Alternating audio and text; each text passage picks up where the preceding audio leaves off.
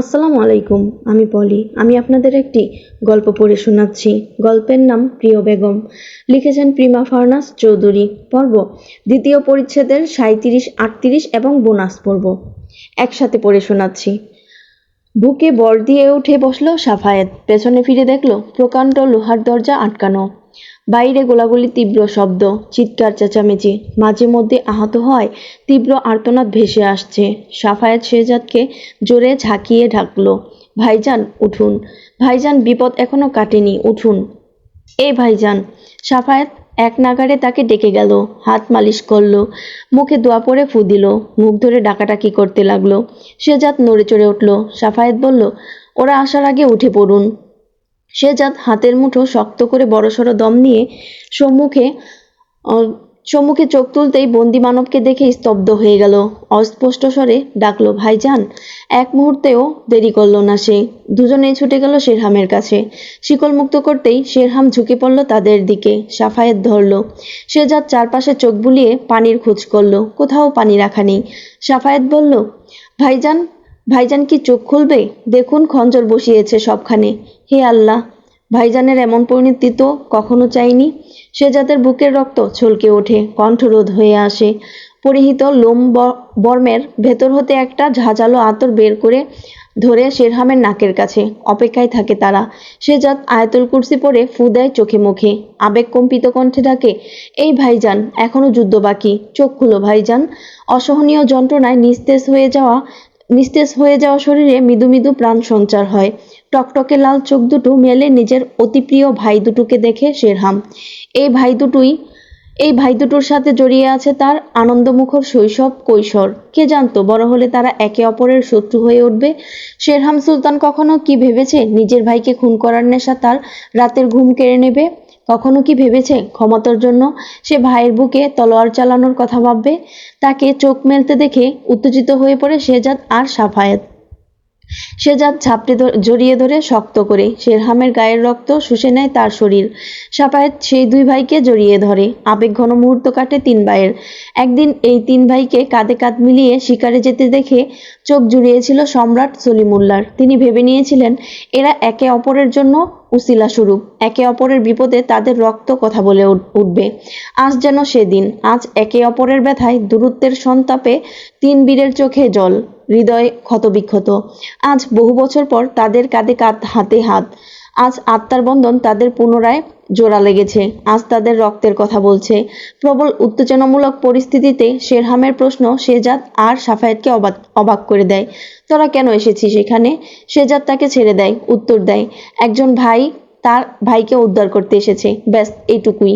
শেরহাম দম নিয়ে বলে, এই লড়াইটা আমার একার। শেহজাদ তার দু কাঁধ ধরে জাঁকিয়ে বলে, এই লড়াইটা আমাদের। আমি, তুমি, আমাদের সবার হারজিত এখানে। কি করে তোমার একার লড়াই হতে পারে? শেরহাম উত্তর দেয় না। শেহজাদের মুখ পানে চেয়ে থাকে। সাফায়েত বলে, ফিরতে হবে তো ভাইজান। তনির ফুটফুটে একটা বাচ্চা হয়েছে। তনি, এই নাম তার জন্য কত আফসোসের। প্রকাণ্ড লোহার দরজাটা খুলতে থাকে শব্দ করে। শেরহাম ঘাড় ফিরিয়ে তাকায় দরজার দিকে। শেহজাদ আর সাফায়েত দাঁড়িয়ে পড়ে। শেরহাম ওভাবেই বসে থাকে, আদো আদো চোখে চেয়ে থাকে দরজার দিকে। গায়ের রক্ত ফুটতে শুরু করে টকবক করে। হাতের শিরা উপশিরা দিয়ে বয়ে যায় গরম রক্তের স্রোত। শেরহাম উঠে দাঁড়ায়, পা ফেলে এগিয়ে যায় জ্বালিয়ে রাখা মশালগুলির দিকে। তুলে নিয়ে ছুঁড়ে মারে দেয়ালে। সেটি মেঝেতে পড়ে যায়, নিভে যেতে থাকে ধীরে ধীরে। শেহজাদ আর সাফায়েতও মশালগুলি তুলে নেয়, ছুঁড়ে মারে দেয়ালে, পায়ের নিচে চাপা দেয়। সোপানে জ্বালানো মশালগুলি একে একে নিভাতে থাকে। মদের ভাঙা বোতলের অংশগুলি জড়ো করে শেহজাদ প্রবেশ পথে রাখে। ওদিকে দরজাটি প্রায় খুলে আসে। মশালগুলি সব নিভিয়ে তিন ভাই শিকারের উদ্দেশ্যে দাঁড়িয়ে থাকে অন্ধকারে। ডাকাত সৈন্যরা দলে বলে ভবনে প্রবেশ করে মস্ত বড় তলোয়ার হাতে। গুলজার চিৎকার করে বলে, এখানে অন্ধকার কেন? কি হয়েছে এখানে? মাগির বাচ্চা, তোরা ওখানে একা ছেড়েছিস কেন? মশাল নিয়ে আয়। শুকুরের বাচ্চা, তোরা বেরিয়ে আয় যেখানে আছিস। আজ তোদের মৃত্যু আমার হাতে। বলতে বলতে সে ফিরে চলে গেল। বাকি সৈন্যরা অন্ধকারাচ্ছন্ন কামরায় কিছুই দেখতে পায় না। সতর্কতার সহিত পা বাড়িয়ে কামরায় প্রবেশ করতেই তাদের পায়ের নিচে কাঁচ ভেঙে ঢুকে পড়ে, আর্তস্বরে ডেকে ওঠে। মেঝেতে বসে পড়তেই দুজনের মুখ চেপে ধরে হেঁচকা টান দিয়ে নিয়ে যায় শেহজাদ আর সাফায়েত। তাদের কাছ থেকে তলোয়ার বন্দুক কেড়ে নিয়ে গুলি করে সেখানেই হত্যা করে তাদের। বাকিরা কিছুই দেখতে পায় না, কিন্তু গুলির শব্দে পিছু হাঁটে। গুলজার আদেশ দেয় তাড়াতাড়ি মশাল জ্বালা। অপরদিকে শেরজাদের সৈন্যদের সাথে তলোয়ার যুদ্ধ এখনো বহাল আছে। মশাল নিয়ে কামরার দিকে এগিয়ে আসে কয়েকজন, তার আগেই লোহার দরজা বন্ধ হয়ে যায় আর কামরার ভেতর হতে চিৎকার করে ভেসে আসে। তলোয়ার দিকে কোপাতে থাকে শেরহাম। মেঝে রক্তে ভাসে, তিন ভাইয়ের শরীর রক্তে ভরে ওঠে। থু বলে থুতু ফেলে শেহজাদ। রক্তের উষ্ণ গন্ধ নাকে ঠেকাতেই শাফাতের কলিজা মোচড় দেয়। পেরিয়ে আসতে চায় নাড়ি ভুড়ি। সে পেট চেপে ধরে বসে পড়ে। শেরহাম পাথরের পাথর ঘষে আগুন জ্বলায় মশালে। দেখে অসংখ্য কাটা হাত পা মাথা ছড়িয়ে ছিটিয়ে আছে। বিছিয়ে আছে মরদেহ তাজা রক্তের বিছানায়। শেরহাম ক্রূর হাসে। সাফায়ের চোখ বন্ধ করে নেয়। রক্তের গন্ধে সে সহ্য করতে পারে না। শেহজাদ তার কাছে এগিয়ে যায়। কামরার একপাশে রটিয়ে দেওয়া একটা মোটা তেরপালের ন্যায় কাপড় টেনে এনে তার মুখ মুছে দেয়। শেরহাম তাদের দিকে এক পলক তাকায়, তারপর রক্তে মাখা তলোয়ার হাতে নিয়ে বাহুতে মুখ মুছতে মুছতে সোপান বেয়ে ভবনের দ্বিতলের দিকে পা বাড়ায়। এদিকে অস্ত্রের গুদামের দিকে শেরহাম পা বাড়াবে এই ভেবে দরজায় আগুন লাগিয়ে দিতে বলে গুলজার। যে করেই হোক দরজা খুলতে হবে। সবাই মিলে পেট্রোল ঢালতে থাকে। মহলের চারপাশ জনশূন্য, শুনশান নীরব দেখে মহলের ডাকাতরা অতি সহজেই প্রবেশ করে। তাদের আগমন দেখে ভয়ে চুপসে যায় টুনু, মতিবানু আর ফুলকলি। মতিবানু চালাকি করে ফুলকলি আর টুনুকে গোসলখানায় বন্দি করে রাখে। ডাকাত সৈন্যরা চিৎকার করে ডাকে, কে আছিস বেরিয়ে আয়, ধরতে পারলে সবকটার মাথা নেব। বলতে বলতেই তারা শেহজাদের কক্ষ, শেরহামের কক্ষ, খুদেজার কক্ষে প্রবেশ করে। একে একে সবকটা কক্ষে প্রবেশ করে। পুরো মহলে ছড়িয়ে ছিটিয়ে পড়ে। কারো কোনো সাড়া শব্দ না পেয়ে তারা গর্জন করতে থাকে, গুলি ছুড়তে থাকে, জিনিসপত্র ভাঙচুর করতে থাকে। কুমুদিনীকে ধরে নিয়ে আসে একজন। সে মুখ থুবড়ে পড়ে তাদের সামনে, হাত জোর করে বলে, আমি কাজের লোক, সাইরা দিন আমারে। ডাকাত সৈন্য তার কপালে গুলি ঠেকিয়ে বলে, এরা গিয়েছে কোথায়, সত্যি বল নইলে মর। বলতাছি হুজুর, ওরা সবাই জাহাজে কইরা রওনা দিছে। সুলতানদের যেইখানে বন্দি করছে ওই দিকে রওনা দিছে। আমারে সাইরা দেন, আমি এইখান থেকে পলাই যাইতাছি, আমারে সাইরা দেন। বন্দুকের নল দিয়ে তাকে ধাক্কা দিয়ে সরিয়ে দিয়ে ধপধপ পায়ে হেঁটে সকলেই মহল ছাড়ে। কুমুদিনী মতিবানদের দেখতে না পেয়ে হাতের কাছে যা পায় তাই চুরি করে। শেহজাদের কক্ষে অনেক টাকা কড়ি পায়, তা নিয়ে গাট্টি বুচকা বেঁধে পালিয়ে যায়। জাহাজ থামলো একটা জঙ্গলের সামনে। বহুদূরে কালো কালো আকাশ ছোঁয়া পাহাড়ের দেখা মিলেছে। বৃষ্টি শেষে প্রকৃতিতে বিরাজ করছে ঠান্ডা হাওয়া। আকাশ থেকে মেঘ সরে গিয়েছে। পাহাড়গুলির দিকে তাকালেই মনে হয় তারা কুয়াশার চাদর গায়ে জড়িয়ে দাঁড়িয়ে আছে। জানালা দিয়ে বাইরে চোখ রাখে তটিনী। তিনটে বাচ্চার কান্নার আওয়াজে বেহাল দশা সকলের। তার মধ্যে অপরূপার অবস্থা বেশ জটিল। তার হঠাৎ রক্তপাত শুরু হয়েছে। খুদেজা ভরকে গেল। এভাবে চলতে থাকলে মেয়েটা তো বাঁচবে না। কি দরকার ছিল তার এখানে আসার? প্রিয় মানুষের প্রাণ সংকটের শঙ্কায় নিজের ভালো না চেয়ে এখানে সবার সাথে ছুটে এসেছে সে।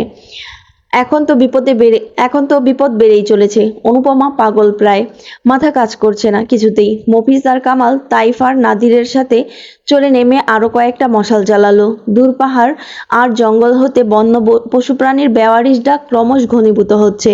শাহজাহান সাহেব আর শেরতাজ সাহেব অপরূপার জন্য চিন্তিত হয়ে অস্থিরভাবে পায়চারি করে। তিনি এক দুর্বিষহ পরিস্থিতির সৃষ্টি হলো। ওদিকে সন্তানেরা মৃত্যুর মুখোমুখি, আর এখানে সবাই তাদের জন্য অপেক্ষায় মরিমরি অবস্থা।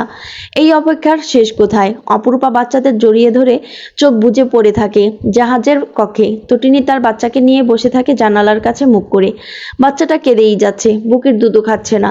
তটিনী শান্ত করায় না, তাকিয়ে থাকে জানালার বাইরে জ্বলন্ত মশালের দিকে। এই একটা রাত এত দীর্ঘ কেন? যেন সকাল আসবেই না আর।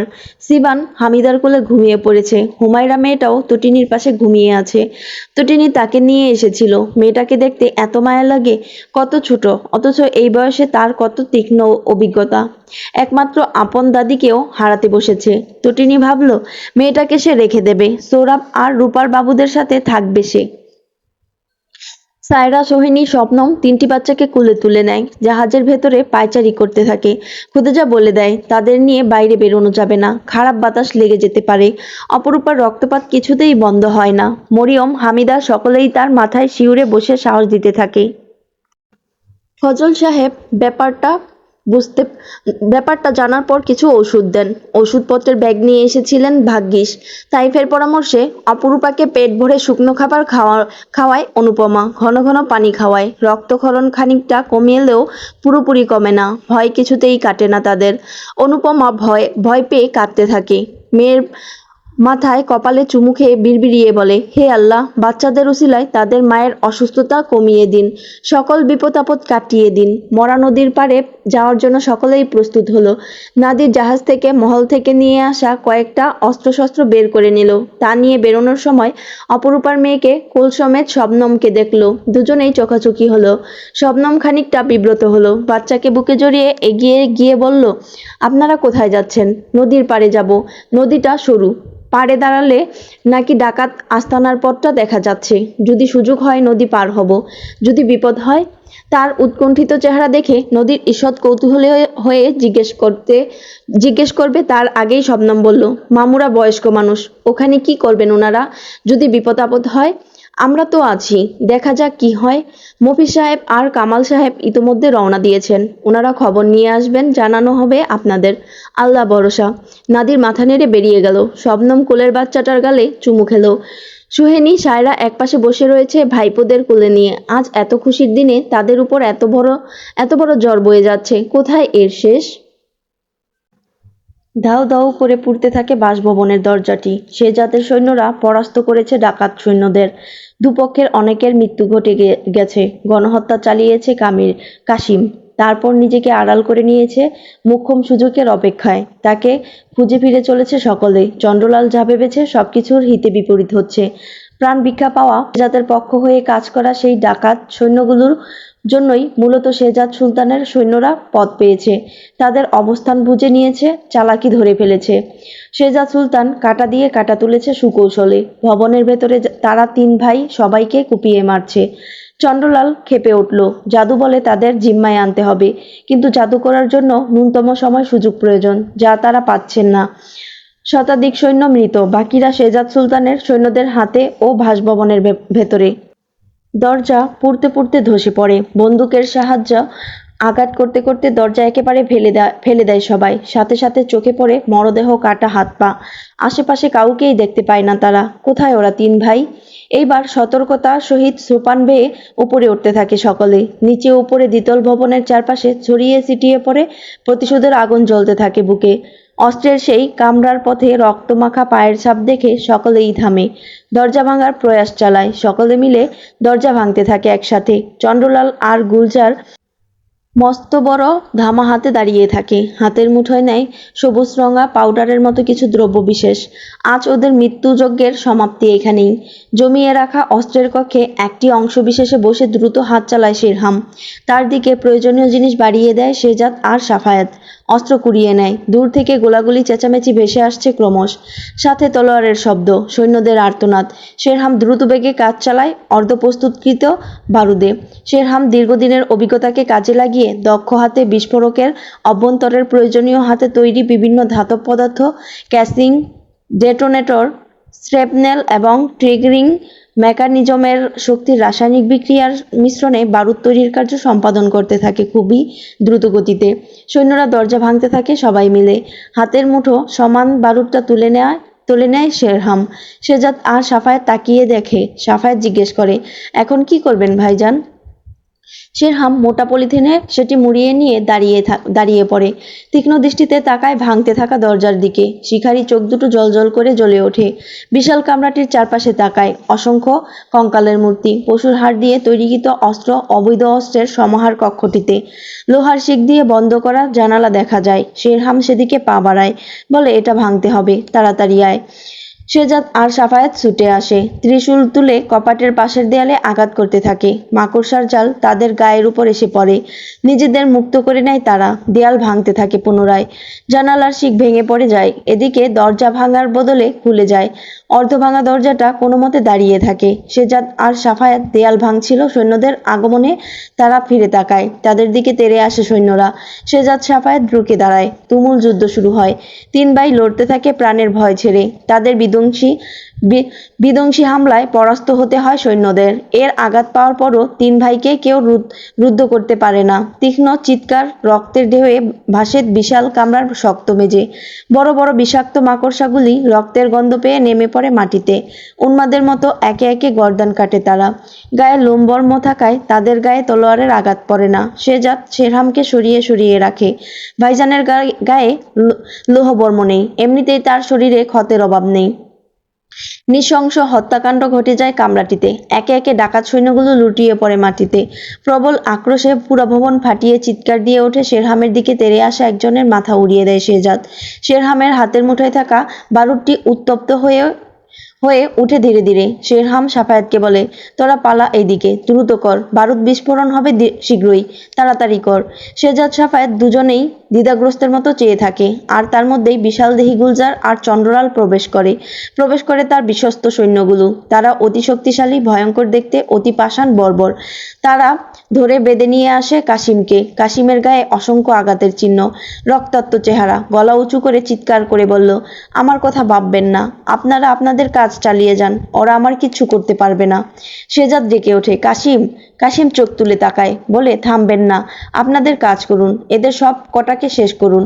বন্দুক দিয়ে তার পিঠে মারা হলো পুনরায়। গুলজার এগিয়ে আসে কাশিমের দিকে, বড়সড় তলোয়ার তাক করে রেখে বলে, যদি একে বাঁচিয়ে রাখতে চাস তবে বারুদটা দিয়ে দে আমার হাতে। শেরহাম ক্ষুরদার চোখে চেয়ে থাকে। চন্দ্রলাল অট্টহাসিতে ফেটে পড়ে। তার সাথে সাথে হাসতে থাকে সবাই। হঠাৎই হাসি থামিয়ে দেয় চন্দ্রলাল। রুক্ষস্বরে বলে, কোনো কথা ছাড়াই গর্দান নেই। গুলজার তলোয়ার তুলে কোপ বসাতে উদ্যত হতেই শেরহাম বলে ওঠে, বারুদ দিলাম, ওকে ছাড়। সকলেই তার মুখের দিকে চেয়ে থাকে। শেহজাদ চেয়ে রয় তার মুখ পানে। গর্বে তার বুক ফুলে ওঠে। চোখের সামনে যে দাঁড়িয়ে আছে সে তাদের ভাইজান, সেই পূর্বের ভাইজান। কাশিম চিৎকার করে বলে, না, দেবেন না, আমার চিন্তা করবেন না, নিজেদের বাঁচান। শেরহামের কথা শোনে না। গুলজার হাত বাড়িয়ে দেয়। শেরহাম বলে, আগে ছাড়, তারপর বারুদ। কাশিমকে হাতে তুলে দেয় গুলজার। শেরহাম বারুদটি দিয়ে ফেলে। গুলজার সেটি পেয়ে অট্টহাসিতে ফেটে পড়ে চন্দ্রলালের সাথে। হাতের মুঠো শক্ত হয়ে আসে শেহজাদের। সে রাগ সংবরণ করতে না পেরে পরোয়া না করে চন্দ্রলালকে টেনে এনে মাথা ধরে দেয়ালে ছুঁড়ে মারে। গুলজার খেপে যায়। শেহজাদের দিকে সে এগিয়ে আসে। তার সৈন্যগুলোও এগিয়ে আসে। শেহজাদ আর সাফায়াত চন্দ্রলালকে মারতে থাকে। কাশিম সৈন্যদের সাথে লড়ে। শেরহাম গুলজারের উপর ঝাঁপিয়ে পড়ে সেই সুযোগে। বারুদটি কেড়ে নেওয়ার জন্য মারতে থাকে। গুলজার ছাড়ে না বারুদটি। চন্দ্রলাল মার খেয়েও দাঁড়িয়ে পড়ে। তার শরীরে যেন প্রাণ আরেকটুর জন্য আটকে আছে। ঢলতে ঢলতে আচম্বিত খঞ্জর ছুঁড়ে মারে সাফায়াতের বুকে। তারপরই শেহজাদ তার মুখে লাথি মারে। চন্দ্রলাল হাসতে থাকে। তার দাঁত দেখা যায় না রক্তের জন্য। সাফায়াতকে দেখে চিৎকার দিয়ে ওঠে শেহজাদ। চন্দ্রলালের দিকে তেড়ে গিয়ে এক নাগাড়ে চাকু বসায়। চন্দ্রলালের মুখ দিয়ে রক্তের বুদবুদ বের হয়। সাফায়াত দেয়াল চেপে বসে পড়ে। শেহজাদ সাফায়াতের দিকে এগিয়ে যায়। চন্দ্রলাল চোখ মেলে শেহজাদের পানে তাকায়। পাশ থেকে খঞ্জর তুলে ছুঁড়ে মারে শেহজাদের পিঠে। শেহজাদ পিঠ চেপে ধরে কাশিম খঞ্জর তুলে সেই খঞ্জর চন্দ্রলালের গালের ভেতর ঢুকিয়ে দেয়। শেহজাদ তো সাফায়াতের পাশে দেয়াল চেপে বসে পড়ে। এদিকে শেরহাম গুলজারকে গায়ের নিচে চেপে ধরে বারুদ নিয়ে নেয়। কাশিমকে বলে, ওদের বাঁচাও, পালাও কপাট দিয়ে, তাড়াতাড়ি করো। শেহজাদ, যা, বিস্ফোরণ ঘটবে এখন। বারুদ গরম হয়ে আসায় গুলজারও চিৎকার দেয় সৈন্যদের। বারুদ ছুঁড়ে মারবে এই ভয়ে সৈন্যগুলো সব শেরহামকে চেপে ধরে। শেহজাদ বহু কষ্টে দাঁড়ায়। শেরহামকে চেপে ধরা সৈন্যদের পিঠের পোশাক টেনে খঞ্জরের আঁচড় বসায়। শেরহাম গুলজারকে চেপে ধরা অবস্থায় বলে, খোদার কসম করে বলছি, পালা, তুই যা। কাশিম সাফায়াতের নিথর দেহ কাঁধে তুলে নিয়ে শেহজাদকে ডাকতে থাকে। শেহজাদ সৈন্যদের হাত থেকে শেরহামকে মুক্ত করতে চায়। বলে, না না, আমি তোমাকে একা রেখে যাব না। গুলজারের গলা চেপে ধরে, অন্য হাতে বারুদ চেপে ধরে সৈন্যদের তলোয়ারের নিচে পড়ে থাকে শেরহাম। শেহজাদের হাত চেপে ধরে কাশিম। বলে, চলুন, রক্তপাত হচ্ছে আপনার, সবাই অপেক্ষা করছে আপনাদের জন্য। শেহজাদ শেরহামের দিকে অসহায় দৃষ্টিতে তাকিয়ে থাকে। শেরহাম রক্তলাল চোখ দুটো তুলে তাকায় ভাইয়ের দিকে। বারুদ উত্তপ্ত হয়ে আসে। হাতে জ্বলে যাচ্ছে এমন উত্তাপে ভাইয়ের দৃষ্টি মিলনে দুজনের অন্তরপুরে রক্তক্ষরণ হয়। শেহজাদ যন্ত্রণা ঠোঁট কামড়ে সহ্য করে ডেকে ওঠে, ভাইজান, এভাবে কি করে যাই? শেরহাম চেয়ে রয় চোখ তুলে বলে, খোদার কসম, তুই না গেলে সবাইকে পুড়ে মরতে হবে, যা। না, আমি যাব না। নিঃশ্বাস বন্ধ হয়ে আসে শেহজাদের। সৈন্যদের দিকে এগিয়ে আসার শক্তি পায় না আর। শেরহাম বলে ওঠে, আর কয়েকটা মুহূর্ত। কাশিম খপ করে শেহজাদের হাত ধরে টেনে হিঁচড়ে নিয়ে যায়। কাশিম ধপধপ পায়ের শব্দ তুলে ভাঙা জানালার উপর ডিঙিয়ে তারা অদৃশ্য হয়। শেহজাদ বারংবার ফিরে ফিরে তাকায় পেছনে, অস্পষ্ট সুরে ডাকে, ভাইজান ফিরে এসো। শেরহামের গায়ের নিচে চাপা পড়া গুলজার বারুদটা নিয়ে ফেলার চেষ্টায় রত, কিন্তু নিতে পারে না। সৈন্যরা ভয় পেয়ে যায়। না, বারুদ বিস্ফোরণ হলে তারা বাঁচতে পারবে না। তাদের বাঁচতে হবে, এদের ধ্বংস করতে হবে। আর কোনো উপায়ান্তর না দেখে সৈন্যগুলো শেরহামের মারা বন্ধ করে উঠে পড়ে। শেহজাদ আর কাশিম যেদিকে পালিয়েছে সেদিকে পালানোর পথ ধরে প্রাণ বাঁচাতে পিঠের উপর হতে তারা সরে পড়ায় শেরহাম ভারমুক্ত হয়। বড়সড় একটা দম বেরিয়ে আসে, ফোঁস করে শ্বাস ফেলে। শেহজাদের হাতে ধরে সাফায়েতকে কাঁধে নিয়ে অত উঁচু হতে নিচের ঝোপের উপর তাকিয়ে আকাশের দিকে একবার তাকায় কাশিম। খোদা তাআলাকে স্মরণ করে। আল্লাহ সহায় বলে লাফ দেয়। তার বিশাল দেহ ঝাঁপিয়ে পড়ে ঝোপের মধ্যে। তারপরের কয়েক মুহূর্ত নিস্তব্ধতায় কাটে। শাঁসা বাতাসের শব্দ কানে আসে। আচমকা ভবন হতে গুলজারের তীক্ষ্ণ চিৎকার ভেসে আসে, জানান দেয় অপশক্তির বিনাশ। এই বিনাশে ধরণী কেঁপে ওঠে। আধ ভাঙা দরজাটি বিকট শব্দ তুলে ধসে পড়ে। সৈন্যগুলো কাশিমের দেখাদেখি লাফ দেওয়ার পূর্বেই বিকট শব্দে কেঁপে ওঠে পৃথিবী। ধপ করে আগুন চলকে ওঠে, চামড়া পুড়িয়ে দেয়, শ্বাসরোধ করে নেয় দোয়ায়। আগুনের তীব্রতা, তাদের পাশ দিয়ে উল্কার গতিতে কি যেন ছুটে যায়। প্রলয়ঙ্কারী আগুনের গনগনে তাপে পুড়ে ছাই হয়ে যেতে থাকে সবকিছু। ঠাস ঠাস শব্দে কি যেন ফুটতে থাকে। আকাশ লালচে হয়ে ওঠে। কালো কালো ধোঁয়ার রাশি কুণ্ডলি পাকিয়ে উপরের দিকে উঠতে থাকে। আগুনের মাত্র ছড়াতে থাকে। পাতাবিহীন গাছগুলো মরমর শব্দে ভাঙতে থাকে, পুড়তে থাকে। বহু দূরব্যাপী লেলিহান অগ্নিশিখা ছড়িয়ে পড়ে। কালো পাহাড়গুলি আগুনের ধোঁয়ায় ঝাপসা হয়ে আসে। আকাশ আর পাহাড়ের রং মিলেমিশে একাকার হয়। শেহজাদের যখন জ্ঞান ফিরে তখন সে দেখতে পায় তার পাশে সাফায়েতের দেহ। সে মাথা তুলে হাতটা রাখে সাফায়েতের গালে। ধাউ ধাউ করে জ্বলতে থাকা বাসভবনের দিকে তাকিয়ে রয়। ধোঁয়ার শ্বাস বন্ধ হয়ে আসে। খুক খুক করে কাশতে কাশতে আবারও মাথাটা ফেলে দেয় মাটিতে। চোখ বুজে অস্পষ্ট সুরে ডাকে, ভাইজান। কাশিম তাদের মাথার শিওরে এসে বসে। ঘন কৃষ্ণবর্ণ ধোঁয়ার রাশির দিকে চেয়ে থাকে নিষ্পলক। মরা নদীর পাড়ে দাঁড়িয়ে তাইফ নাদির সকলেই দেখে দাউ দাউ মর্মর শব্দ করে পড়ছে ওই অদূরের একটা ভবন। স্পষ্ট দেখতে না পেলেও আওয়াজ শুনে তারা বুঝতে পেরেছে সেখানে বিস্ফোরণ হয়েছে। আগুনের মাত্রা, তীব্রতা দেখে বোঝা যাচ্ছে সেটি যে সে বারুদ নয়। আগুনের তাপে আকাশ থমথমে হয়ে উঠেছে ধীরে ধীরে। মরা নদীর পানিও যেন উত্তপ্ত হয়ে উঠছে। মফিজ আর কালাম ফিরে এলো জাহাজে। এমন বিধ্বংসী আগুনের কথা জানাতেই খুদেজা, শাহানা সকলেই জাহাজ থেকে নেমে এলো বোনেরাও। অপরূপা শোয়া থেকে উঠে বসলো। সবার চোখ চাওয়াচাওয়ি করলো। অনুপমা দুপাশে মাথা নেড়ে বলল, না না, কথা বলো না এখন। কারো কিছু হয়নি, তোমাকে জানাবো আমি। অপরূপার কথা বলার শক্তিটুকু নেই, কিন্তু সে শুতে পারে না।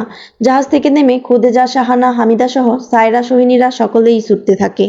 তটিনী সোহরাবকে কুলে নিয়ে দাঁড়িয়ে পড়ে। তার চোখ বুজে এসেছিল। সবার চেঁচামেচি, কান্নার শব্দে ঘুম ছুটে যায় তার, সাথে আয়েশা, সিবান আর হুমায়রার। অপরূপার বাবুরা সায়রা শবনমের হাতে, তটিনীর বাবু তার কুলে। এত চেঁচামেচি শুনে সে কান্না শুরু করে দিয়েছে। তটিনী বাচ্চাকে কুলে জড়িয়ে পাথর চোখে চেয়ে দেখে সবার ছুটে যাওয়া। চোখের জল চোখে টলটল করতে থাকে, গড়িয়ে পড়ে না তারা। অপরূপা অনুপমাকে সরিয়ে দেয়, পেটে এক হাত চেপে দাঁড়িয়ে পড়ে।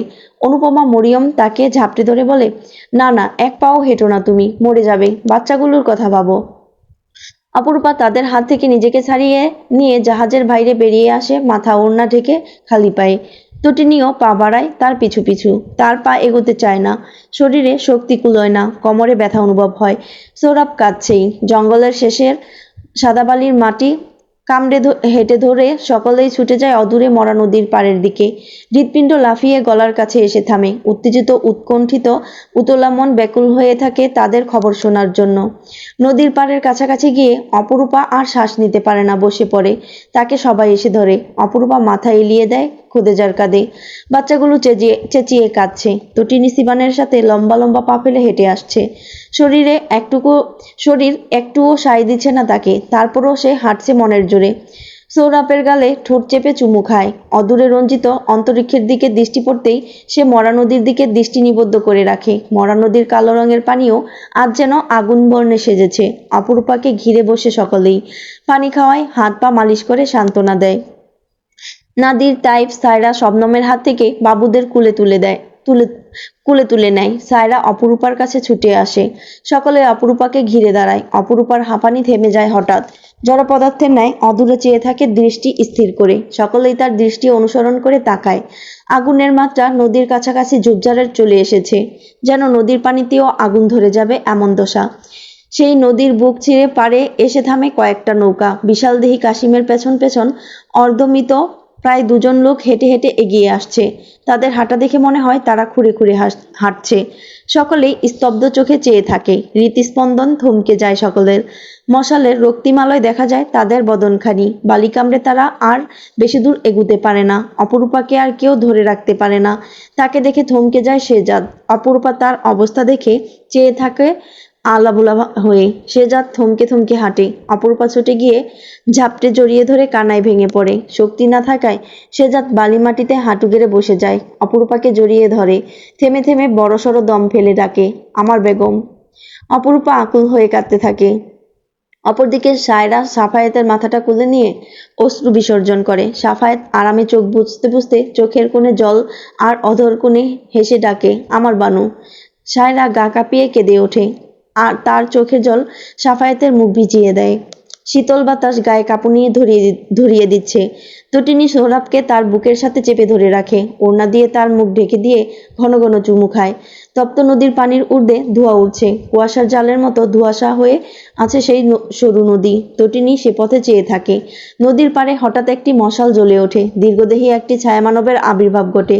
তটিনী সেটিকে উদ্দেশ্য করে হেঁটে যায়। তার চোখের জল আর বাদ মানে না। কোলের বাচ্চাটিও যেন তালে তাল মিলিয়ে কাঁদতে থাকে। আগামী দিন নতুন ভোর হবে, নতুন সূর্য উঠবে, তার নতুন জীবনের নতুন মানুষের আগমন ঘটবে। পৃথিবীটা সেজে উঠবে নতুন করে, নতুন নিয়মে, নতুন সাজে, নতুন ছন্দে। তাই তটিনীর আর কোনোদিনও কাদার দরকার পড়বে না। সে বালিমাটি কামড়ে হেঁটে এগিয়ে যায়। নিকটে গিয়ে ছায়ামানবটিকে উদ্দেশ্য করে অস্পষ্ট স্বরে বলে, যতবার তুমি ধ্বংসের দিকে এগুবে, আমি ততবারই তোমাকে জীবনের দিকে টেনে নিয়ে আসব। তুমি আমার টানে বারবার ফিরে আসতে বাধ্য। হঠাৎই লোকজন ছুটাছুটি করতে লাগলো। একে একে পালাতে শুরু করলো। নারী, পুরুষ, আবাল, বৃদ্ধ বনিতা সকলেই। চিৎকার চেঁচামেচি, তীব্র হইচই পড়ে গেল মেলা মজলিসে। নাগরদোলার শব্দ থেমে গেল। থেমে গেল বাঁশির সুর। থেমে গেল কিছু দূরে কাওয়ালি গানের গঞ্জনা। মহিলাদের জন্য দোকানের পসরা সাজানো। মহিলাগুলো দোকান ছেড়ে পালানো শুরু করেছে। বাচ্চাদের নিয়ে নিরাপদ দূরত্বে সরে পড়ছে। যে বাচ্চাগুলো তাদের অভিভাবককে পাচ্ছে না, তারা কেঁদেই চলেছে। তীব্র গতিতে ধেয়ে আসছে একটি কালো রঙের ষাঁড়। ধর ধর সরসর বলে তার পেছনে ছুটে আসছে সৈন্য সামন্ত এবং সাধারণ মানুষও। ইতিমধ্যে অনেকেই রক্তাক্ত, হতাহত হয়েছে পাগলা ষাঁড়টির কারণে। ষাঁড়ের লড়াই চলাকালীন ষাঁড়টি আকস্মিক হামলা করে বসে এবং সামনে যাকে পেয়েছে তাকেই আহত করেছে। অনেকে মৃত্যুর কুলেও ঢলে পড়েছে। তাদের চিকিৎসালয়ে পাঠানো হয়েছে। সুলতান মহলের বেগমরা মেলায় এসেছে তা দেখে দোকানিরা ভীষণ আনন্দিত। দুই পাশ জুড়ে সারি সারি দোকান বসেছে। শিশুদের খেলনা, থালা বাসন, মেয়েদের সাজসজ্জার সামগ্রী ইত্যাদি নানা রকমের জিনিসের পাশাপাশি লাড্ডু, বাতাসা, মুরালি সহ বিভিন্ন শুকনো মিষ্টির আধিক্য ছিল দোকানগুলোতে। দোকানের সমস্ত জিনিস তাদের একে একে দেখাচ্ছিল আর দাম বলছিল দোকানি মহিলাগুলো। সুলতান মহলের বেগম আর কন্যাদের জন্য বিশেষ ছাড়। অপরূপা হাতের কারুকার্যগুলো দেখছিল মনোযোগ দিয়ে। দাদিজানের কথা তার মনে পড়ে গেল। দাদিজানের হাতের কাজ কি নিখুঁত ছিল। সে প্রতিবারই চমৎকৃত হতো দাদিজানের হাতের কাজ দেখলে। কোথায় হারিয়ে গেল মানুষটি? বাচ্চাদের জন্য অনেক কেনাকাটা করে ফেলেছে সে। নিজের জন্য আপাতত কিছুই নেয়নি। তবে শবনম, সায়রা, আয়েশা মিলে সবার জন্য কিছু না কিছু কেনাকাটা করছিল। নজরে বিশেষ কিছু পড়লে সে অবশ্যই কিনবে। এবারের মেলায় মহিলাদের জন্য আলাদা দোকানের পসরা বসানো হয়েছে, যাতে মহিলারা সানন্দে সুশৃঙ্খলভাবে কেনাকাটা করতে পারে। তটিনী অনেক কেনাকাটা করে ফেলেছে। কার জন্য কিনেছে সে জানে না আপাতত। যার যেটা পছন্দ সে সেটা নিয়ে নেবে পয়সা শেষের পথে। দোকানিরা যেভাবে সুলতান মহলের বারে বেগম বলে সম্বোধন করছে, না কিনলে তারই লজ্জা হচ্ছে। তাই ইচ্ছে মতো কিনেছে। সৌরভ, শোয়েবের আর সায়রার বাবু সামিরের সাথে তো কিনেছেই, সামিরের জন্য তো কিনেছেই, সাথে শেহজাদ ভাইজানের টুনটুনির জন্যও কিনেছে। ব্যাগে হাত দিয়ে ভাবলো শেরহাম সুলতানকে এদিকে কাছাকাছি পেলে ভালো হতো। তার পয়সা তো শেষ, এখন কি করবে? পরে ভাবলো টাকা চাইলে যদি বলে টাকা কি তোর বাপে কামাই, তাই সেই ভাবনা মাথা থেকে ঝেড়ে ফেলে দিল। আপাতত রূপার কাছ থেকে কিছু নেবে, মহলে ফিরলে তাকে পরে শোধ করে দেবে, সেই ভাবনা নিয়ে এগুতে যাবে। ঠিক তখনই হইচই শুনতে পেল তারা। শুধু হইচই নয়, কান্নাকাটির সুরগুলো কানে এলো। বুকের ভেতরটা কেঁপে উঠল তার। কিছু বলে ওঠার আগেই দেখতে পেল দোকানিরা পালাচ্ছে। পালাতে পালাতে এও বলছে পালান বেগম, পাগলা সার আসছে, মেরে দেবে, পালান। তটিনী হতভম্ব, কি বলবে কি করবে বুঝে উঠতে পারল না। অপরূপা তার হাত ধরে ছুটতে শুরু করলো, বলল এখান থেকে পালাতে হবে, সারটা এদিকে আসছে। সায়রা, তাড়াতাড়ি চলো। সবাই বড় দোকানটির পেছনে অবস্থান করার সিদ্ধান্ত নিল, কিন্তু পথিমধ্যেই বিপদ ঘটে গেল। পেছনে ফিরতেই তটিনী সেই ষাঁড়টিকে তেড়ে আসতে দেখলো। পাগলের মতো ছুটছে সেটি, তার পেছনে অসংখ্য সৈন্য সামন্ত আর লোকজন। ষাঁড়টির শরীর ইতোমধ্যে ক্ষতবিক্ষত, তীর গেঁথে রয়েছে মস্ত বড় শরীরে। তটিনী আর বেশি দূর দৌড়াতে পারল না। শবনমকে মুখ থুবড়ে পড়তে দেখে শবনম মুখ থুবড়ে পড়ে চিৎকার দিয়ে ডাকলো সবাইকে। সায়রা, আয়শা, অপরূপা, তটিনী সকলেই থেমে গেছে। ষাঁড়টি তেড়ে আসছে, পেছনের লোকজন চেঁচিয়ে বলছে আপনারা সরে যান, দ্রুত সরে যান। কিন্তু শবনমকে না নিয়ে কেউই যেতে রাজি নয়। অপরূপা সায়রাকে বলল তোমরা পালাও, আমি শবনমকে নিয়ে আসছি। আল্লাহর কসম লাগে তাড়াতাড়ি যাও। সায়রা, কোনো কথা নয়। সায়রা, তটিনী আর আয়েশাকে এক প্রকার জবরদস্তি করে নিয়ে গেল নিরাপদ স্থানে। ষাঁড়টি একেবারে নিকটে চলে এসেছে। অপরূপা দেখল হিংস্র সাপদের মতো জলজল করছে ষাঁড়টির ভয়ঙ্কর চোখ দুটো। ক্ষত শরীর বেয়ে রক্ত ঝরছে। বিদ্যুৎ গতিতে মাটিতে কম্পন তুলে তাদের দিকে ষাঁড়টি এগিয়ে এলো। অপরূপা বিধ্বস্ত প্রায় শেহজাদকে দেখতে পেল সৈন্যদের সাথে। অপরূপা শবনমকে তুলতে গেল, ষাঁড়টি এগিয়ে এলো। শবনম তা দেখে তত জোরেই কেঁদে উঠল। অদূরে ভাইজানদের দেখে ভাইজান বলে ডেকে উঠল। চোখের পলকেই চোখের সামনে মাটি খুঁড়ে ধোঁয়াশা করে দিল ষাঁড়টি। সৈন্যরা থমকে গেল। ধুলোর ধোঁয়া উঠতে লাগলো, কেউ আর কিচ্ছুটি দেখতে পায় না। যখন ধুলো ধোঁয়া কমে আসতে লাগলো, সকলেই দেখতে পেল অপরূপা শবনমকে জড়িয়ে ধরে মাটিতে পড়ে আছে, আর দূরেই ঘোট ঘোট শব্দ তুলে ডাকছে ষাঁড়টি। ষাঁড়টিকে পড়ে থাকতে দেখে দলে ছুটে এলো সকলে। অপরূপার চোখ খুলতে দেখতেই পেল দূরেই ষাঁড়টি পড়ে রয়েছে, আর কিছু দূরেই ধনুক হাতে শেহজাদ। শবনম কাঁদতে লাগলো ভয়ে। অপরূপা তাকে জড়িয়ে ধরে বলল তোমার ভাইজানেরা থাকতে কিছু হবে না, কেঁদো না আর। তটিনী এসে শবনম আর অপরূপাকে তুলল, বলল ঠিক আছে তোমরা, কারো কোনো ক্ষতি হয়নি তো? শবনম ভয়ে এখনো তরতরিয়ে কাঁপছে। অপরূপা যেভাবে দাঁড়িয়েছিল স্থির হয়ে ষাঁড়টির দিকে, সে কিছুই অপরূপা যেভাবে দাঁড়িয়েছিল স্থির হয়ে ষাঁড়টির দিকে তাকিয়ে, সে কিছুই বুঝে উঠতে পারছিল না। এখন বুঝেছে কেন অপরূপা স্থির দাঁড়িয়েছিল। ষাঁড়টি যাতে তাদের নিকটে এসে থামে, আর সেই সুযোগ তাকে আক্রমণ করার সুযোগটা পাকাপোক্ত হয়। এমন কঠিন পরিস্থিতিতে কি করে অপরূপা স্থির থাকতে পারল তা ভেবেই শবনমের বুকটা এখনও লাফাচ্ছে। ষাঁড়টিকে নিয়ে সকলেই ব্যস্ত হয়ে পড়েছে। শেহজাদ কিছুটা দূরত্বে অবস্থানরত অবস্থায় জানতে চাইল তোমরা ঠিক আছো? অপরূপা মাথা দুলিয়ে চোখের ইশারায় আশ্বস্ত করলো তারা ঠিক আছে। বিনিময়ে শেহজাদ কিঞ্চিত হাসলো। শবনমের ভয় কিছুতেই যাচ্ছে না, সে কেঁদেই চলেছে। যাদের দোকানপাট ক্ষয়ক্ষতি হয়েছে আর যারা তুমুলভাবে আহত হয়েছে তাদের সাহায্য করবে বলে কথা দিয়ে পরিস্থিতি স্বাভাবিক করতে ব্যস্ত হয়ে পড়ল শেহজাদ। সাফায়েতে সে শবনমের মাথায় হাত বুলিয়ে বলল বিপদ কেটে গেছে, আর কেঁদো না। আম্মার কানে গেলে আর কোনো দিন মেলায় আসতে দেবেন না, শান্ত হও। কেনাকাটা করেছো তুমি? সায়রা বলল হ্যাঁ হ্যাঁ, আমরা অনেক কেনাকাটা করেছি, আপনাকে ওসব নিয়ে ভাবতে হবে না। বাবুদের কোথায় রেখেছেন? ওরা ঠিক আছে তো? ওরা নিরাপদে আছে কাশিমের কাছে, চিন্তা নেই। তোমাদের মহলে ফেরার সময় হয়েছে, এখানে থাকার দরকার নেই আর। অপরূপা বলল বাবুরা কোথায়? তারা ঠিক আছে? হ্যাঁ, ওরা সিবানের কাছে, হুমায়রাও আছে তাদের সাথে, চিন্তার কিছু নেই। শবনম, ভয় দূর করো। সৈন্যরা ভাবেনি ষাঁড়টা এতটা ভয়ানক পরিস্থিতি তৈরি করবে, নইলে আমরা আরও আগে তাকে রুখতে পারতাম। শবনম মিনমিন করে জবাব দিল জি ভাইজান। দু হাতে চুড়ি দেখিয়ে একগাল হাসলো মেয়েটি। আয়শা বলল কি কি কিনে দিয়েছে? মেয়েটি উত্তর দিল আব্বা। তটিনী গাল টেনে দিয়ে বলল বাহ, ভুমুলকে কিনে দিয়েছে সেজু, আর টায়রাকে কিনে দিয়েছে চিবান। সকলেই হেসে উঠল। অপরূপা বলল চিবান কি? ছোট চাচ্চু ডাকতে বলেছি না? আলিজা তটিনের কাছে লুকিয়ে পড়ে বলল চাচ্চু ডাকবো না। তটিনী বলল রূপা ছাড়ো তো, আরো বড় হোক তারপর ডাকবে। আচ্ছা, আমি তোমার বড় আব্বা কিছু কিনে দেয়নি? আলিজা কিছুক্ষণ ড্যাব ড্যাব চেয়ে চোখে চেয়ে রইল। তারপর চুড়ি নিয়ে খেলতে খেলতে বলল, না না, বড় আব্বা তো নাই, কোথাও নাই, এখানে নাই। তটিনী কপাল কুঁচকে বলল, কোথাও নাই? আয়েশা, তুমি না দেখেছিলে? হ্যাঁ দেখেছিলাম তো, আলিজা বোধ হয় দেখেনি। তটিনী চিন্তায় মগ্ন হলো। পাগলা সার নিয়ে এত কিছু হয়ে যাচ্ছে, আর তিনি কোথায় গেলেন? অপরূপা আলিজাকে কাছে টেনে নিল, হিজাবের উপর টায়রাটা ভালো করে পরিয়ে দিল। চুড়িগুলো পরিয়ে দিতে দিতে হাতে চুমু দিয়ে বলল, আজকে আব্বার মাথা খেয়েছেন নিশ্চয়ই। আব্বা মাথা খুঁজবো? খুব খুশবু। আলিজা দুপাশে দুলিয়ে বলল, লুপা খুশবু মাথা খায়? অপরূপা পেঁপা খেয়ে গেল। সকলেই ফিক করে হেসে উঠল তার কথা শুনে। দুজনেই নাকি ষাঁড়ের লড়াই খেলছে, ব্যথা পাচ্ছে তাও থামছে না। তাড়াতাড়ি চলো, আমি আর এ দুটোকে সামলাতে পারছি না, তোমরা তাড়াতাড়ি যাও। অপরূপা সিবানের গাল টেনে দিয়ে বলল, যাচ্ছি। এত মাথা গরম হওয়ার কি আছে ভাই? দুটো ভাইপো সামলাতে যদি এত হিমশিম খেতে হয় আপনার? দুটোই বদ, আমি নেই এইসবে, যত সব।